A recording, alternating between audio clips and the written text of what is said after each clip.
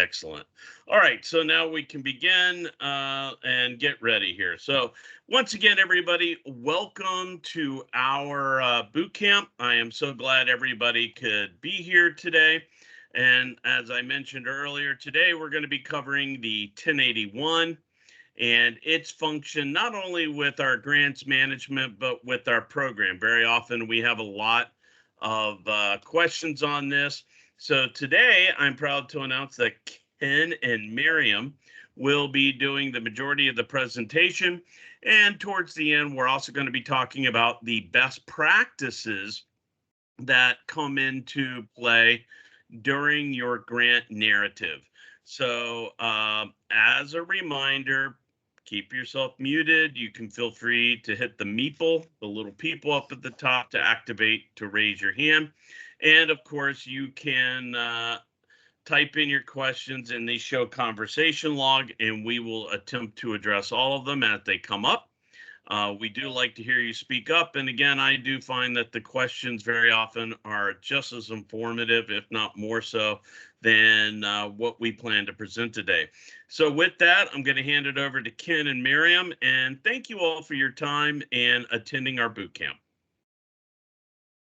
All right, good afternoon, everyone. Thank you so much for joining today's call. My name is Ken Lewis. I'm actually joined by Miriam Eman, who actually is also a financial analyst with the Microloan program. Once again, before we begin, we want to remind everyone to, if you do have questions anytime during the presentation, please send your questions through the chat panel on the bottom right hand of your screen. We currently have Chris and maybe Dan answering those questions that you might have during the presentation. At the end of the actual presentation, we'll actually open the calls or the lines up for questions. Today's agenda, we're actually going to be covering this training will be basically covering the 1081 packages, how to submit it, how to review it before you submit it to your financial analyst.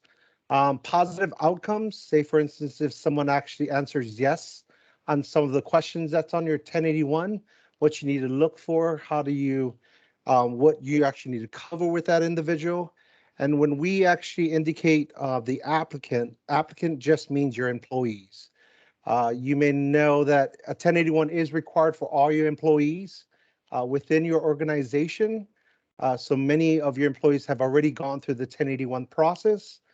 We're actually going to cover also post-award amendments and also instructions on how to upload your actual package itself.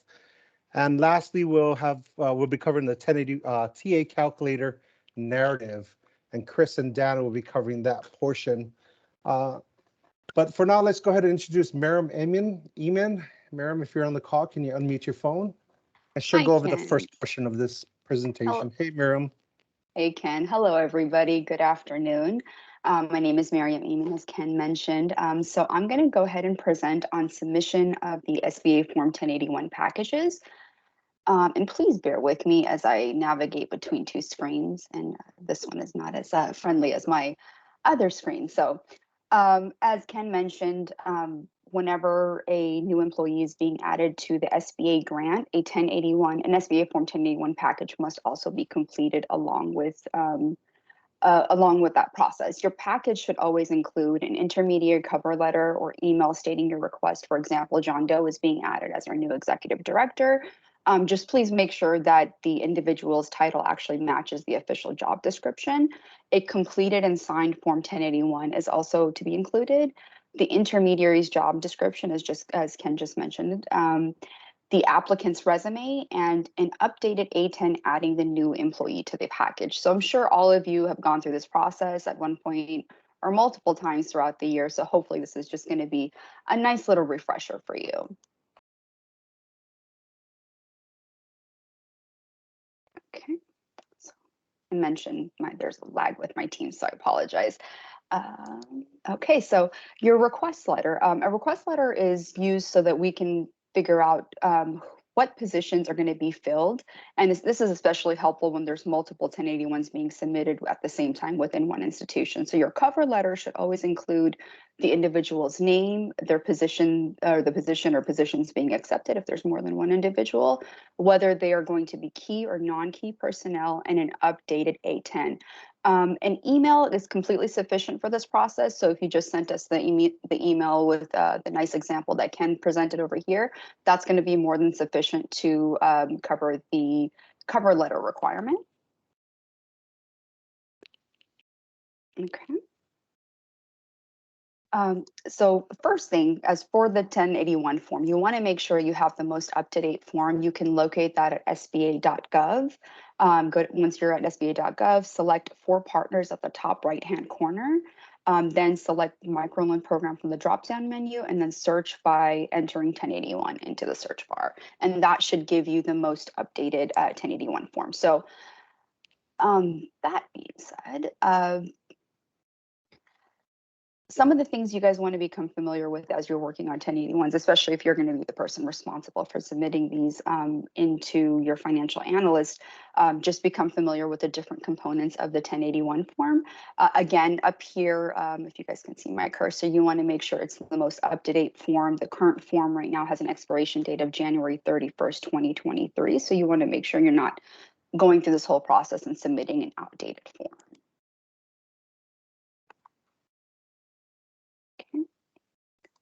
And then the next section that we have is the applicant information section. You want to make sure that every single item on this section is completed, filled in, or checked off.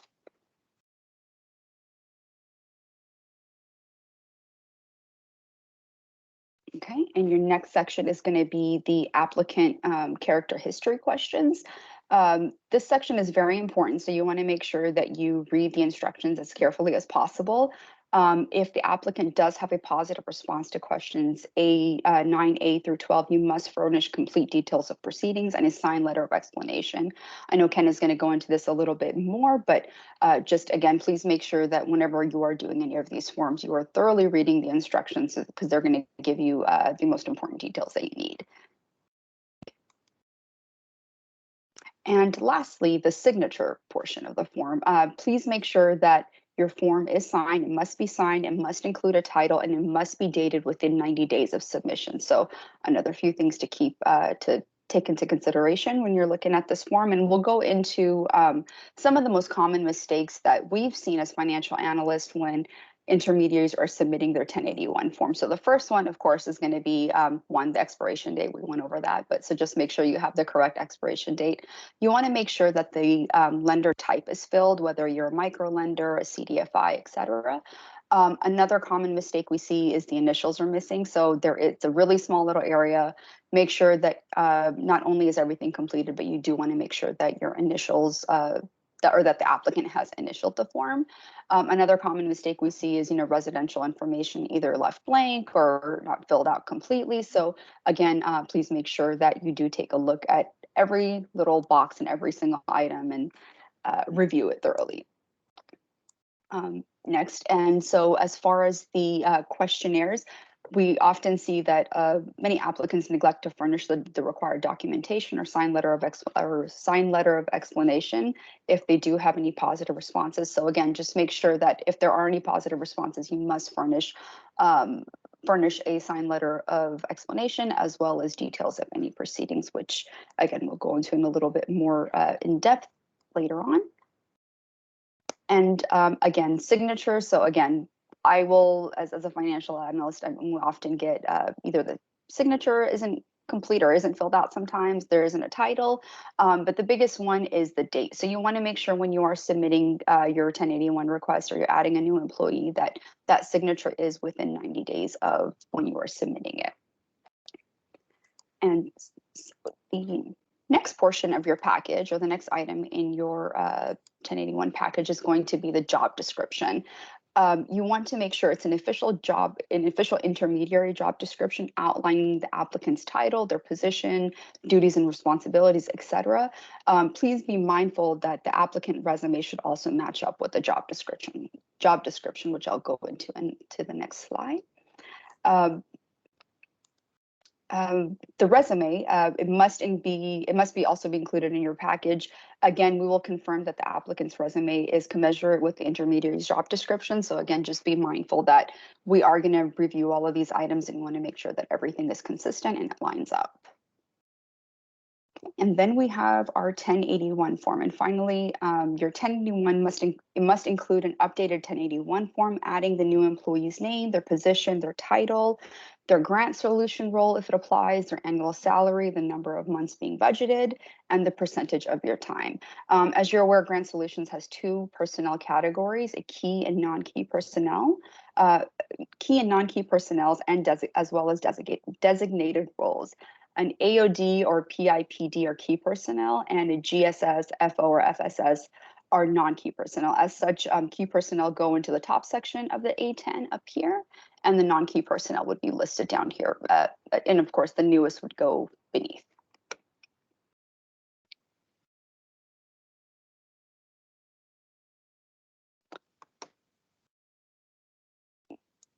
I kind of whizzed through that. I think you guys are comfortable with everything. So to sum up, or to recap, a complete 1081 package is going to include your cover letter, a completed and signed Form 1081, an intermediary job description, the applicant's resume, and an updated A10 adding new employees. Everything, as you guys are aware, is going to get submitted through Grant Solutions. So if you are must submit all packages through Grant Solutions. For non-key personnel, they're going to be uploaded as a grant note. For key personnel, it's going to be uploaded as an amendment to the grant. So just a few things to keep in mind. And Ken, I'm going to turn it back to you. Perfect. Thank you so much, Miriam. I really appreciated positive outcome of Form 1081. Basically, if the individual answers yes on any of the form, as Miriam indicated earlier, they must provide us with more details. In this detail format, they need to provide explanation, signed and dated, as well as any information that pertains to the actual case itself. Now, what is a positive outcome? Once again, it's just if they answered yes to 9A, 9B, 10A, 10B, 10C, 11A, and 11B, as well as 12, they must actually furnish a complete details of any proceedings on a separate sheet, including dates, location, fines, and also where exactly it happened, or where the issue, or wherever they were arrested for, in the specific state, city, county, so on and so forth. It also needs to indicate if they are actually, it was a misdemeanor or a felony. Now, the applicants must complete the statement of personal history and provide court documents to support adjudication. Adjudication just means the legal process of resolving and disputing or deciding the case itself to its completion. In certain circumstances, a fingerprint card will be needed for your 1081 packages. If the applicant does answer yes to the question 10A, 10B, 10C, 11A, and 11B, they must go through the fingerprint processing. This fingerprint processing card will be required because what happens is SBA Microloan Department needs a concurrence from our Personal Securities Department, which actually these forms get submitted to them, which they submitted to the FBI for review for characteristics. So please keep in mind, if you do have any questions regarding the fingerprint processing, please talk to your financial analyst. But this presentation that we're providing to you after the program is complete will provide you step-by-step instructions on what to do and how to provide that fingerprint card. Now, the statement of offense is basically the statement on what happened, what situation occurred that the individual actually got arrested for. Please make sure that this form is basically written by the actual individual, which is your employee. Please make sure they provide the dates of the offenses, city and state and county, the specific changes, and the level of the charge. So say, for instance, there was a DUI charge, and maybe the court stated to them that they need to attend, 50 AA meetings.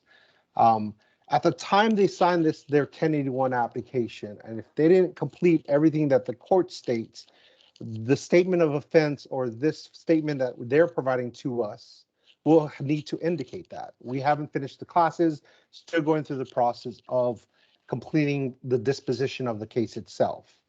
But what we would like to see is the completion of everything that the court addressed. So if there was an assault, a forgery, whatever the case may be, if it's a misdemeanor or felony, they need to provide what's going on currently.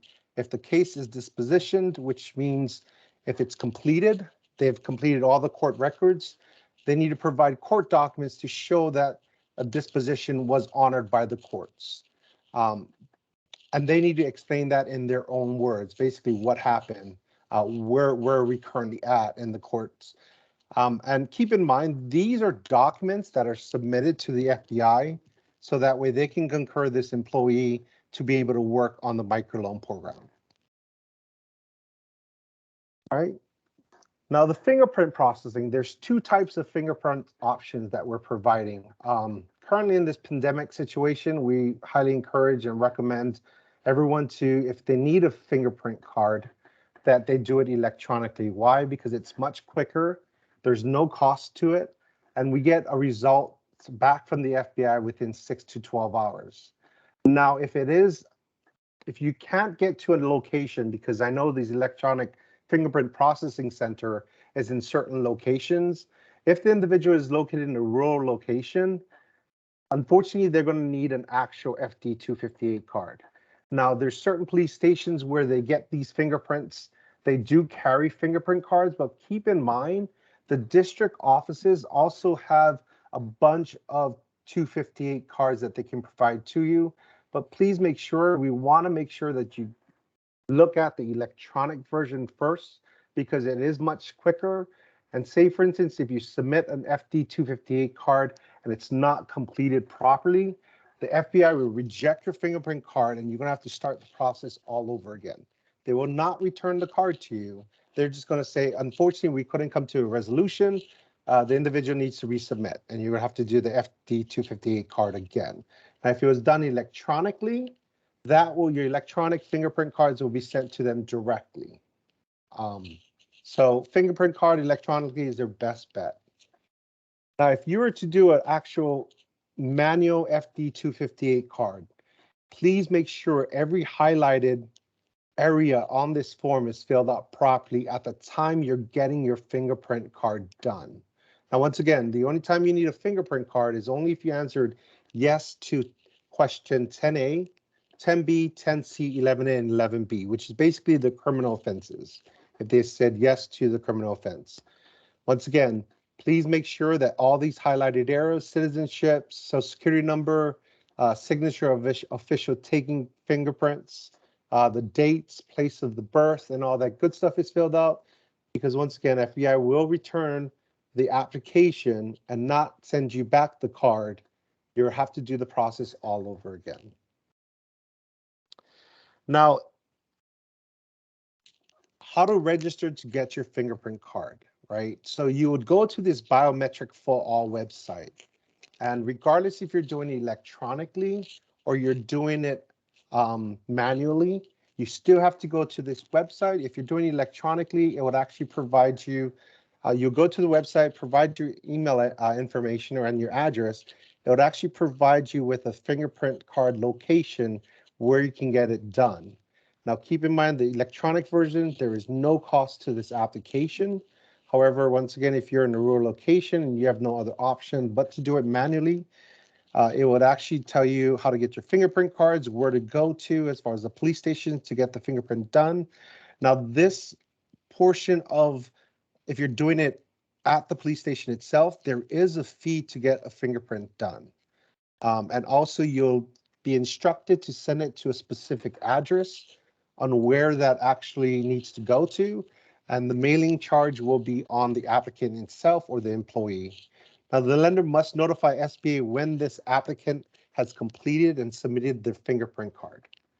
And also I provided here with a picture of where what to click on when you go to this website, because there's like 5 different options. The option that you want to select for specifically on the microloan program is the SBA Form 1081.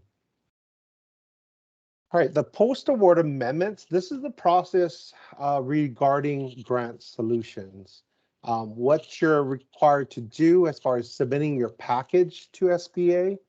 And Miriam and myself will cover this portion of the presentation.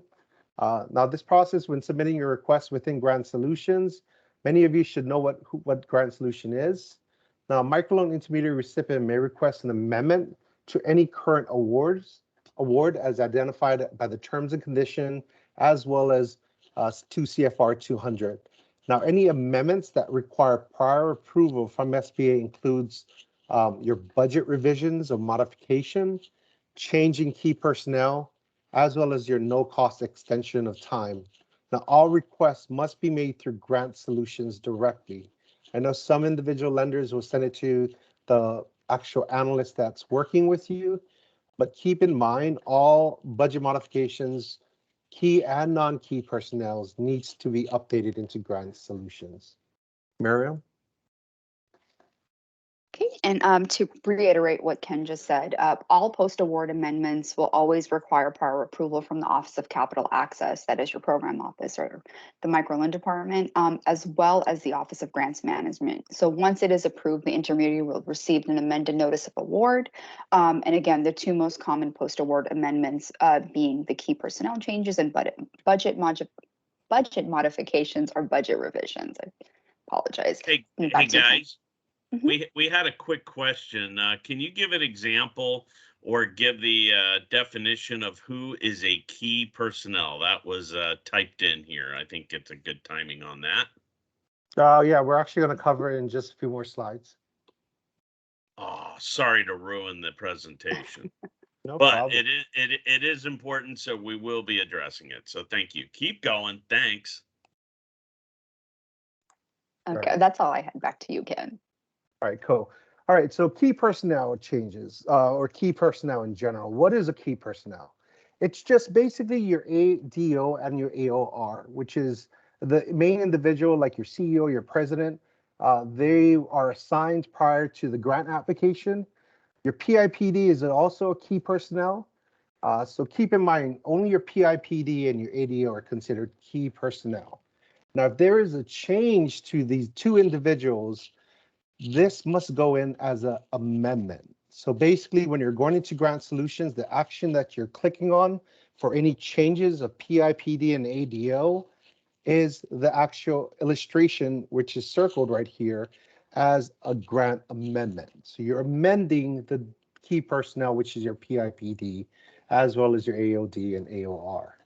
Now, in order to change that, you must provide the documentation that we indicated earlier, which is request letter indicating the change. So say, for instance, John Doe is no longer a part of the organization. He was the ADO. There was a new CEO that came into town and he's now running the show. He will be the new ADO on the actual grant program. So you're basically providing us a request stating, hey, we're changing Joe to Bob. Bob will be now the new ADO PIPD. The reason why we request for a request letter, a lot of times lender will just send in the formats. And a lot of times we don't know what is actually changing. So we want to make sure that these request letters, and it can come in formal or it can come in through an email, but please make sure you're being very descriptive in your request letter. What is changing? If there is any change in salaries, change in positions, you're basically letting SBA know and also the Grants Management Office know that you are making these changes and you are authorizing these changes. The other document is required an updated A10 form, and it must be signed and signed and dated of the date of the request or within a week or so of that. We want to make sure that we're getting the most updated information from everyone. So please make sure that you're dating your forms as well as the resume, position description, as well as the completed 1081 form. Now, how to submit it in Grant Solutions is very simple. If it's an amendment, which is key personnel, ADO, PIPD, all you're going into is your grant part of the grant solution and clicking on Manage Amendment, which is this icon right here that's circled. And also once that comes up, you click New and select Personal Changes. And also you're creating an actual amendment itself. And we'll walk through that process. We took some screenshots. We'll get you guys going on how to process it and update it. I think this is yours, Miriam. Yep. Thank you. So unlike the key personnel changes, the non-key personnel changes do not actually call for prior approval from the Grants Management Office. However, the Office of Capital Access will always require that an intermediary request approval for all personnel changes. That's including new hires. Your request, again, as Ken mentioned, is going to be uploaded through Grant Solutions. Similar to the amendments, it's actually a bit easier, the non-key personnel, as you guys may have experienced. You click on the notes icon that's circled up there, and then select My Grant List, and then select Grant Note, and then select New, and then you upload your information. As many of you have, probably experienced, Grant Solutions does have some quirks. So when you are uploading it, just make sure that your upload is successful before you actually hit the submit button. And as Ken mentioned previously, you want to make sure that you're dating everything, you're being as thorough as possible in your initial cover letter. And also, I wanted to add is just making sure it's always helpful if the package is submitted completely. I know it's not always possible, and everyone misses things here and there, but the more thorough your package is once you're submitting it to your financial analyst, the easier it's going to make the process on our end, and the easier it's going to make your life on the other side. So just a couple of things I wanted to add, and it's back over to you, Ken.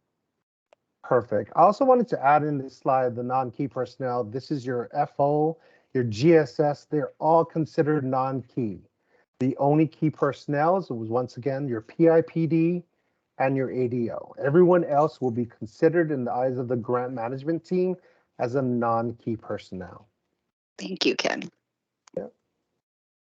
All right, budget revisions and modification. It basically occurs when an intermediary recipient requests to transfer funds between an approved cost category of 10% or more of their total approved budget, federal and non-federal, or in new cost categories being requested, regardless of the amount or percentage. Let me just stop right there and go over it real quick with you all. So everyone receives a grant sometime in March or April, which includes your non-federal and your federal side. When we are asking if a budget modification is needed, what we're asking you is take your total grant, say for instance, 100,000 you receive from SBA, which is federal and non-federal, right?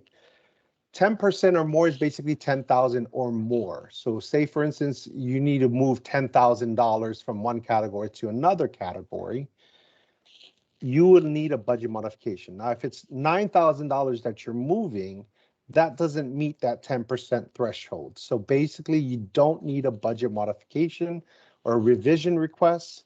So you guys can go ahead and make that adjustments when you guys are submitting your TA reimbursements. The other example of making sure that you do a budget modification requirement is if you're creating a new, I guess, a new bucket. Let's just say in the beginning of the year, you budgeted for your personnel and your fringe benefits, right?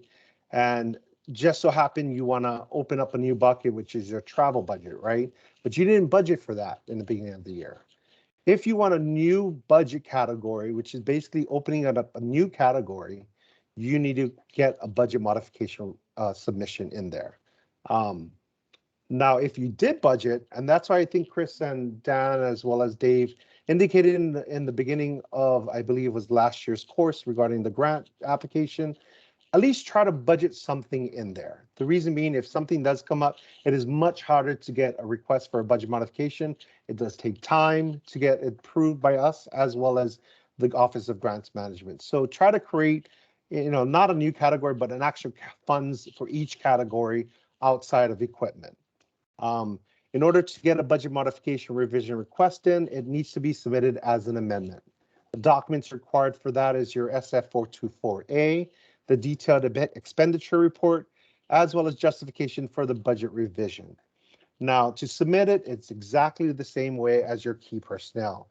It must be submitted as an amendment, and you would submit it as an amendment, click new, then you'll select budget revision amendment, which is type 6, and you'll create the actual amendment. Keep in mind, if you do submit an amendment and we review it, say for instance, it was below the 10% threshold, you don't need a budget modification request form. You would need to go back into Grant Solution and delete that actual request for amendment because, after your financial analyst reviews it, it was determined that, you don't need to submit a request. Whoever uploads the request into Grant Solution is the only individual that has the authority to delete that request. So if it was determined that a budget modification was not needed, or even a key personnel was not needed, it needs to be submitted as a non-key personnel. We don't have access to deleting that request, so we highly encourage you to go back in there and delete that request, because we don't have capabilities to do it on our end. Now, it's basically very simple to go into Grant Solution. Is basically you go into your, you sign in regularly. Now, whoever is actually approved to work on Grant Solution will have access to Grant Solution. If you're not sure if you have access, you probably don't have access, because the individuals who have access are your PIPD, your ADO, your GSSs, as well as your FOs. Those are individuals who were assigned at the beginning of the application, at the beginning of the award. Your organization gave authority to these selective individuals. We would highly encourage you, if you do want access to it, please see your internal supervisor so he or she can see if you can have access to it. But generally, there's only a few people that in your organization that has access. So it's very simple. You just sign in. You click if you want to go ahead and make a manage amendment or make a change or make an amendment. You'll click on Manage Amendment. If you want to go into Grant Notes to upload a non-key personnel package, you'll click on Grant Notes. Manage Amendments, as we indicated earlier, you'll click on New, and then from there you hit Budget Revision Amendment, and you'll create an actual amendment itself. Once that's created, you would verify this, verify the submission. Once you upload all your documents into the correct, upload section, and then you would click on Verify Submission. Once that is completed, then you go ahead and click on Final Submission. And then from there, it'll tell you, are you sure you want to submit this application? You say, okay. Then you hit Application Control, which at that time, it'll actually go to SBA, and we will start the review process on that. So anytime you do an upload or provide us with documentation or even notes into Grant Notes or amendment, an email will actually go to your financial analyst. So he or she will know, to go into Grant Solutions and see what's going on and see what request is being submitted by the actual lender. Once it states submitted post-award, meaning you submitted a request after the award was provided, this portion will be actually reviewed by SBA as well as grants management. Now, once again, if you want to edit or delete, once you have submitted your request, you can go ahead back into Grant Solution and hit edit the amendment or even delete the amendment. Once again, we don't have access to this portion. Only the individual who uploads these requests have access to this function or this selection. Now, for Grant Notes for non-key personnel, you'll just go in here and just select, type in subject line new employees, type in internally, and you'll put in a category type, which is your key personnel, and you'll put in a note in here. It's just a very short note saying you're adding a new employee, which is Sally Brown, and then you put a description. So say, for instance, you want to put in multiple individuals for non-key personnel. Or even the amendment portion. You can do that on one submission. So say if you wanted adding Sally Brown, John Doe, all that good stuff. You can put the notes in here, what you're adding, and you can upload separately or multiple packages into this section right here by just going in here, putting a description and saying this is Sally Brown's package, choose a file, and you upload it, and you can go back into it and just put Joe Brown, upload Joe Brown's package, and hit upload. It'll, on the bottom here, it would actually show all your submissions. So you can upload more than one document or more than one package under one submission. Once you have completed with your request, you go ahead and hit submit. An email will be generated and will be sent to all parties that's part of this grant, which is generally your financial analyst, and he or she will start working on your request. All right, I believe that's all for our end. I guess for now, if there is any questions, by all means, we'll go ahead and open up the lines for questions. As a reminder, you can submit your questions in the chat panel on the bottom right hand of your screen, Or if you'd like to go ahead and voice your questions, we ask that you please raise your hand on the top of your screen. It'll show an icon. By raising your hand, we'll go ahead and call out the individual. Hey guys, we did have one question in and it asked if we do a whole bunch of annual salary adjustments to our budget. So everybody out there got a big old raise in the middle of the grant. Is a budget revision required? No, well, it depends, right? So say for instance, if it exceeds, right? So you're looking at if it exceeds what your current budget is. So say for instance, you budgeted 20,000 for employees and you're readjusting to just meet that 20,000, then no, you don't. Now, if it's above the 10% threshold, which is what, 22,000, you're changing it to 22,000 because you're moving, say, 2,000 from another bucket to the personnel budget, then yes, you're going to need an amendment done. I hope that answered the question. All right, good job. And as Ken noted, feel free to raise your hand. Ken, I've been answering a lot of the few of the questions in the chat panel, so I think I got them all. If I didn't, feel free to stick in some more. Somebody asked, do contractors need to complete a 1081? And the answer to that one is no. Well, it all depends, Chris. Hold on. Okay, go ahead. So it all depends. If it's a contractor that's being controlled by the actual organization, right? So if you're controlling the person's salary, then yes, you would need to submit a 1081. Now, however, if you have a separate contracting agreement with that organization, then the answer is no. Okay, does that make sense, Chris? Yep. What about do I still have to submit a revised A10 when I adjust my salaries though?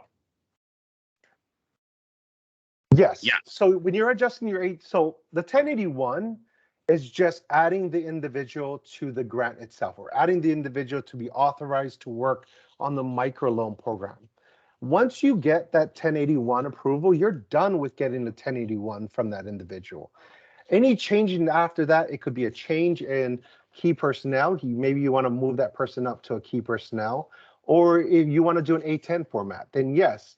If there is a salary change, then all you're doing is changing the salaries, which only incorporates, you need to update your A10 form, which, you'll submit your A10 form with your actual request as far as what you're adjusting. Now, once again, keep in mind, if it does move funds from other buckets based on your budget and it goes above 10%, then that will be you'll need a budget modification on that.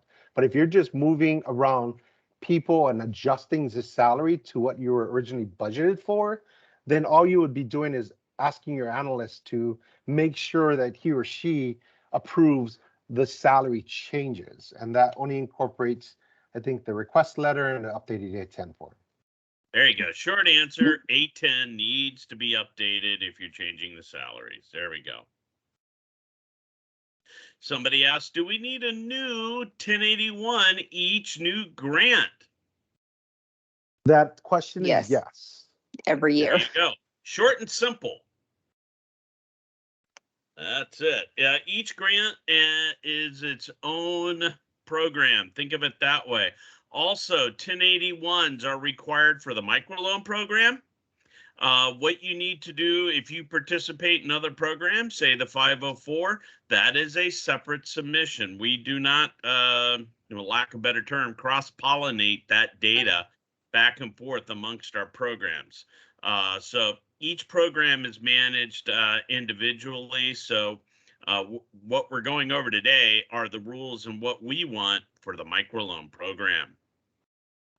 Are there any other questions? Do we have a brave soul that wants to raise their hand? These are great questions. I also want to add in here, Chris, so you will be getting the presentation after the call is completed. Just give us a few days. We need to upload the actual recording. And once that recording is available, we'll send out all materials that's needed. We did have a question about salary adjustments retroactively, like effective 1/1/2020. I would say let's take that off of the table here in the sense that there's a lot of questions that would need to be asked because generally doing things retroactively is not what we do. But we do, there are a few instances and there would be a lot of questions to be asked. I don't want to ignore that question, but that would be something you'd need to direct to your analyst directly. All right. Other questions?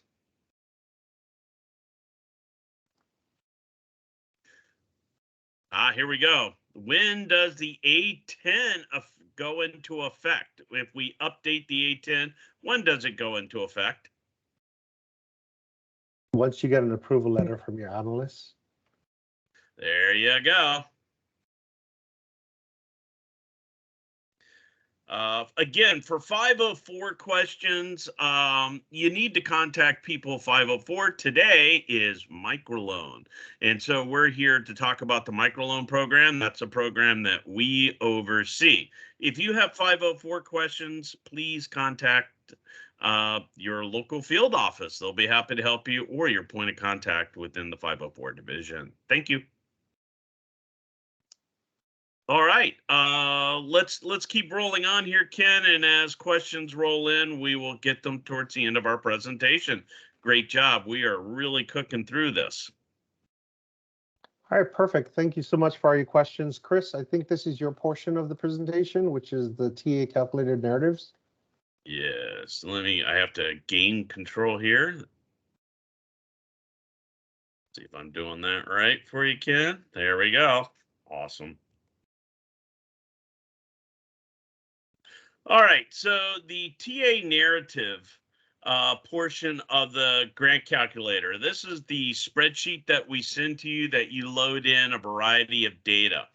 And I must say that this calculator has decreased our return rate by over 70%. But one of the biggest reasons for a return currently is the narrative is not necessarily supporting the data that you entered in. Simple example that I'm going to make up. You said up there that you talked to 200 people about microlending, but when I read your narrative, it says I talked to 10.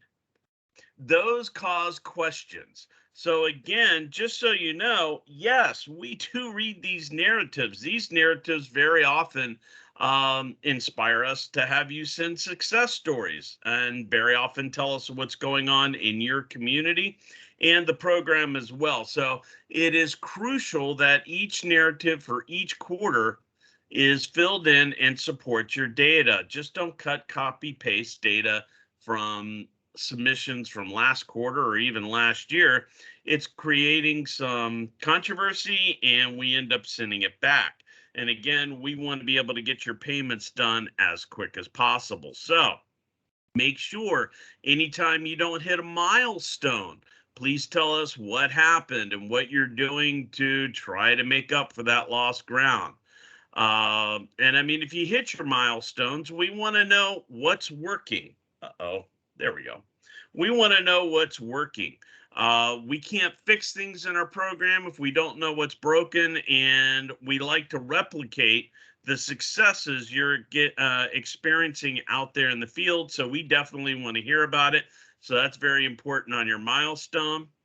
And if you're doing any special projects, we understand, especially the past 2 years, many of you have had to pivot your operations to address this ever-changing environment of business that we work in. So provide some details. We definitely want to see what happens there. Hopefully your grant TA workbook will do your cost per hour of pre and post in there. It should be done automatically. If not, contact your analyst. We'll help you with this, but we do need that data. Please do not zero it out in your TA calculator. We do need to collect that data. The narrative of the actual expenditures. This one is important. So as Ken mentioned, you put a little something in travel in your budget, but all of a sudden you've now added more money to that. beyond what you budgeted, we want to know why. Maybe there was a special SBA microloan training that occurred. We want to document that within your grant, and that you allocated funds from another area to be able to attend that event. We also, in other, we do need you to tell us what other is all about. What are you applying in that area? So you need to explain your expenses. You can do that on the narrative section of the budget expenditure sheet, or you can create one of your own, or you can see that we have it in the narrative section of the workbook where you can provide the detail. But the bottom line is, whether you're using your own Word document, the narrative workbook, or typing it in on the actual expenditure sheet, we need those details. So please make sure you're taking advantage of that. And many of you have found that in-kind contribution is a wonderful thing, because your grant does require a match, and you can use in-kind contribution. But you need to dot some I's and cross some T's in that regard. You need to give us a description of the in-kind contribution, and you'll need to have coordinating in-kind contribution sheets that are signed by the people providing that in-kind contribution. So please make sure that that's in alignment with your narrative. Let's see here. Can I get to the next page? There, I can. That's forward. Thank you. All right, so small print. These are some of the examples and breakdown of the areas in the itemization that we'd want you to talk about. Obviously, if you had some changes in personnel services, maybe a new person, maybe a budget increase, this would be yet another place where you might mention that, especially because we'll compare it to your budget and see there might be an increase or decrease. Obviously, if you're changing salaries, that's probably going to adjust your fringe. So make sure you list that out. We talked about travel, and we want to know how many miles. What are you giving per, percent per mile if you're doing that? Equipment. Now, that's a trick question by Ken, because you all know we don't do equipment in the microloan program.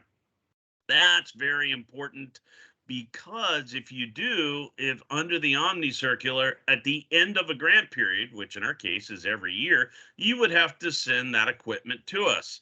We really don't need it, although I know Ken and Miriam would love to have your Teslas, your Lear jets, and yachts. None of those, of course, would be approved by us, but nonetheless, other equipments we're telling you don't do. That's where that would go under other or supplies. So we are telling you that. So you should never have anything under equipment. Supplies, you definitely want to break that out. You might be buying some software, and obviously the other office supplies that are expendable items within your yearly budget. Contract, yeah, put that out there. Make sure that's following your budget. If you had to change contractors, we definitely want to have an explanation, and this is a great place for you to put it. And of course, my favorite, other, which is pretty much everything else. And you can see here, sometimes people put in telephone, they'll put in a prorated portion of rent, janitorial services, security services. They might break out that rent on a square foot basis, how you got to the numbers you got there. So that's very important that you put it in there. Don't ever play Stump the SBA guy, because that would be a game in which you win every time. We're always stumped. I see a couple questions that came in. One of them said software expenses are eligible. They are, but this is a trick answer. Those software expenses must be completely utilized in technical assistance. So let's say you're getting software for accounting, and it is to be used for your education of your borrowers in accounting. That's fine. But if you're buying office software, and that's going to be used for your portfolio management as well as your TA, you're going to have to get approval from us ahead of time, and we have to understand the prorated basis of that software, i.e. 80% of it's going to be used towards portfolio and operations, and only 20% is going to be used towards TA. So the general rule is you try to expend software expenses as they relate to technical assistance. Maybe TA tracking software, maybe software that you're improving your online presence and education. Those things are definitely expenses that you could bill to our grant. And that would definitely go under other or maybe supplies, and we would want to have an explanation. Somebody asked about in-kind sheets, where they can be found. Your analysts are happy to provide that and send that to you. Let's see. I've been listing marketing expenses under other. Is there a different category we should use? Nope, that works really well there. That's fine. Just give the details for what you've done. The example puts rent into other category, but wouldn't it fall into overhead? Well, that's a really good question. If you have an expense narrative of indirect cost with your cognizant agent, that could possibly happen. But if you're using the 10% de minimis, we require you to back that out of overhead. So I'm sorry I don't have a simple answer on that. We do have a full presentation on that. And again, your analyst stands by to help you with the use of de minimis and with the grant. So those are all great questions. I like them. So let's see here. Do I got another slide here, Ken? Unfortunately, I cannot see the control. Oh, there's my favorite icon. Questions, answers, and everything you ever wanted to know about the microloan program. The floor is open. As Ken noted before, feel free, next to where you're typing in your questions, just to the left are what are called meeples. If you left click on that and raise your hand, we'd like to hear from you and have your question as it relates to the narratives and 1081s. Hey, Chris. Yep. Just real quick, a question came in that I don't think we answered regarding CAVERS. It's asking, can you clarify the CAVERS requirement from the microloan checklist? Please and thank you.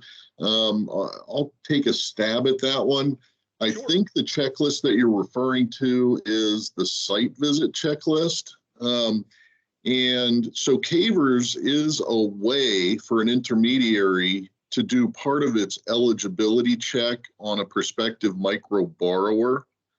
One of the things you need to be able to do in order to complete that eligibility check is make sure that that potential borrower does not have defaulted unpaid federal debts. And one of the best ways to do that is by checking for that in CAVERS. Right now, CAVERS is not a requirement, okay? You can have the micro borrower certify that they don't have unpaid federal debts, defaulted federal debts, and so on. However, it is a best practice for our intermediaries to use CAVERS. And there is a possibility that we do make CAVERS a requirement in the future. So as a best practice, it's certainly something that would be prudent on your part to be doing. It's not required, but prudent. And in the future, it may very well become required. So why not go ahead and figure out how to do that now and get in the habit of doing a CAVERS search? It's a protection for you. If you end up doing a microloan to an ineligible borrower, there could be consequences. We might have to have you buy that microloan out of your portfolio. So it's not currently a requirement. It's a best practice. However, it may very well become a requirement in the future. So our advice is get to know how to use CAVERS and go ahead and start using it. Hopefully that answers your question. Real quick, Dan, and also guys, if you want to learn more about CAVERS, your district offices have recordings as well as presentations that you guys can receive from them. So we ask that you please reach out to your district office for assistance on CAVERs. Once again, they do have a recording and a training, a PowerPoint presentation that they do share with intermediaries as well as lenders. That's correct. Let's see here. So looking ahead, somebody asked, number one, do we have to do CAVERs? It's coming. We're going to be putting it into the SOP. Somebody wanted to know if June 1st, 2018 is the last SOP. Yes, that is our 5200B. We are in the process of updating it. One of those updates looks like we're going to be requiring CAVERs. So feel free to contact your district office and they will get you set up with that. Let's see, not specific to the topic so far today, but any discussion on the SBA? Oh, electronic signing of documents. That's not going to happen anytime soon. Again, we've covered this many times during our 11-12. That requires something called a vault. And it's very, very expensive, and it allows multiple parties access. And as you know, you are the owner of that microloan up until the point, maybe, and very rarely happens, that your organization is no longer in existence. Then those microloans would be transferred to us. If you take the time to read the fine print in your electronic signing software, it says that you and the borrower are the only owners of that signature. So that would create a big problem for the SBA. So that's why we're not using the electronic signatures. Let's see, who do we talk to determine if we get approved for the indirect cost versus using 10% de minimis? If you've never had an indirect cost rate with the federal government, then you are eligible for the 10% de minimis. If you've ever had an indirect cost rate, you cannot use the 10% de minimis.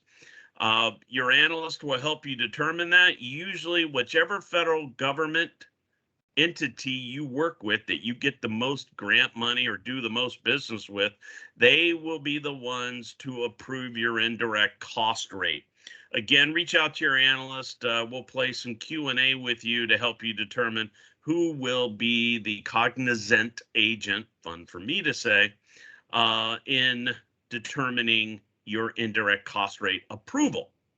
All right, we got some great questions coming in here. Again, feel free to raise your hand and ask a question. That would be awesome too. Dan is typing away over there in the type area about CAVERs again. So we're giving you a heads up today at boot camp. CAVERs is coming, so you also get ahead of it and start integrating it into your program. You would just simply log in, get your CAVERs report on the borrower, and get a screenshot of it and add it to your file. Is there a boot camp for what counts as TA hours? Yes, there is. And again, any Hello. one of these. Lynn, you're on. Do you have a question, Lynn? No. All right. So, is there a boot camp? Yes, there is a boot camp on some ideas for the use of TA. Also, your analyst is available for that question, especially if you're being very creative, which we have had some great people do some great creative things. Ask us first. We'll get you a response in writing. You know, one of the great ideas we saw was they used a portion of our microloan grant to build a commercial kitchen, because they're very heavily vested in doing restaurants and food trucks, and their local municipal area is very strict on cleaning standards and what has to be in a kitchen, the way it has to be put in there. So they created an area where they could simulate kitchen operations and taught from that. That's fine.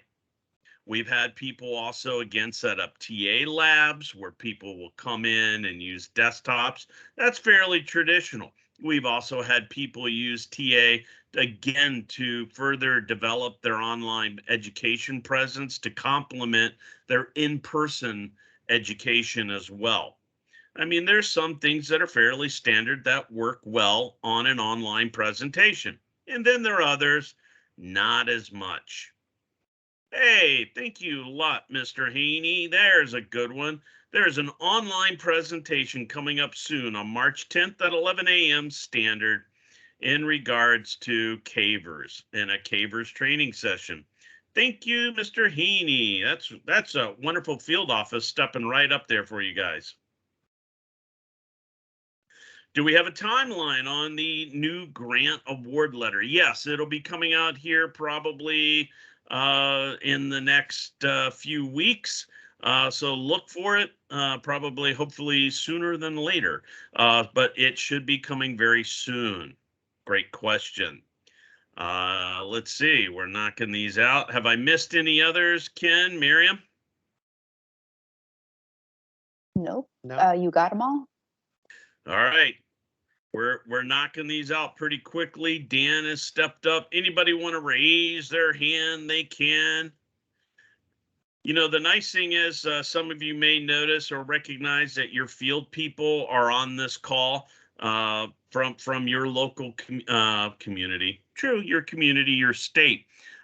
Again, they like to be up to date on our program, and they are also a wonderful resource as you work in our program and try to figure out the what's what.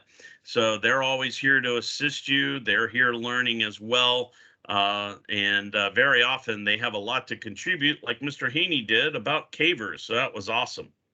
What is the due date for the grant application? I just mentioned that. We'll be sending out the notification letter. And once you have the notification letter, then you have 30 days to upload everything into Grant Solutions. Let's see, when is the due date, please, for the new grant application following the award letter? Okay, I think I just covered that. We had a couple people. So once the grant letter comes out, you generally have at least 30 days. Sometimes we do longer for you to get everything into the grant solution system. So we're not looking to have really any major changes there. So I know there's some pre-budget stuff you guys can do, but the award letters are coming very, very soon. And then that's when the clock starts ticking for your time to upload things into Grant Solutions. Is there a PowerPoint or a training list, everything that we need to do to add into Grant Solution? Yes, we do a training every year. There'll be another training this year on how to apply for your microloan grant. Last year's training is available. Your analyst can send it to you. It'll be very similar to the one we do this year. And so we will be sending notification out for that.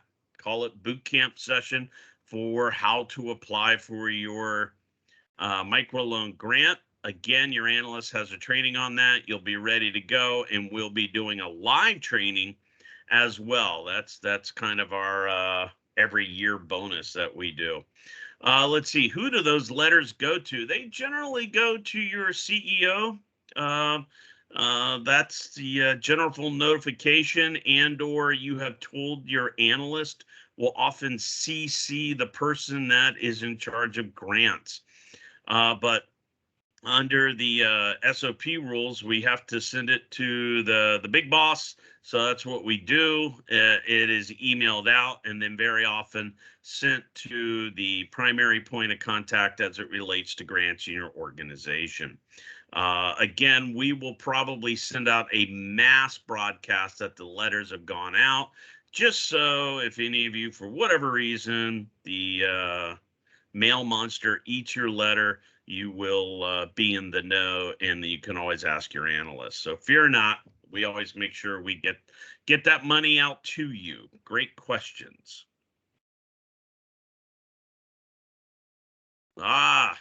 There are some other networks here that Ken is thankfully pointing up.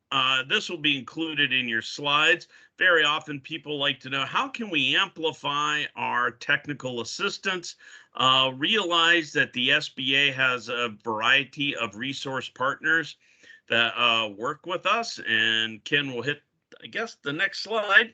But, a great way for you to take advantage of and utilize these programs to amplify your pre-technical assistance. That's all the entrepreneurial education before you give them a microloan, and or post education is by reaching out and setting up a relationship and teaching structure with SCORE, or the SBDC, or the Women Business Centers, or the Veteran Business offices of the SBA. And Ken has put down there, and Miriam have put down the web search right there for www.sba.gov/local-assistance. So this is a great way for you to even get more miles into your technical assistance. We have definitely seen that you all have done a phenomenal job, especially in the past 2 years with technical assistance, because right now, with programs being finished up here recently in regards to the 11-12 payments, our portfolio is still holding very strong. Overall late payments are right around 5-6% on microloans for the SBA microloan program. The only way that could have happened wasn't just money, but your technical assistance, you helping your businesses adapt to an ever-changing market, and it has been very, very successful. And the default rates are down too. They are just right around 6% over the past year or so. So again, that is a true tribute, again, to the efforts, the Herculean efforts that you all have been doing in coordination with your local municipalities, your local SBA office, and your entrepreneurs. So thank you. Do we have any other questions? Those are good questions. Where do the letters go? That's a gimme. And that's an important one to know. And as always, if you have a specific question, your analyst as well as your field office representatives stand ready to help you. So by all means, send that email. And if you have a specific section, let's say maybe the person in your portfolio management division are all new, we stand ready to give you prior boot camp presentations as well as a live one-on-one assistance. So our analyst, myself, Dan, you send an email, we'll find time to come in and support your organization during transition, because I know a lot of you have had a lot of people that have moved around in your organization. So that institutional knowledge may not be in the right spot that you need it, but we're here for you because we are in the right spot, which is utilizing this technology to make ourselves available to do concentrated, specialized training just for your organization. So we're definitely here for you.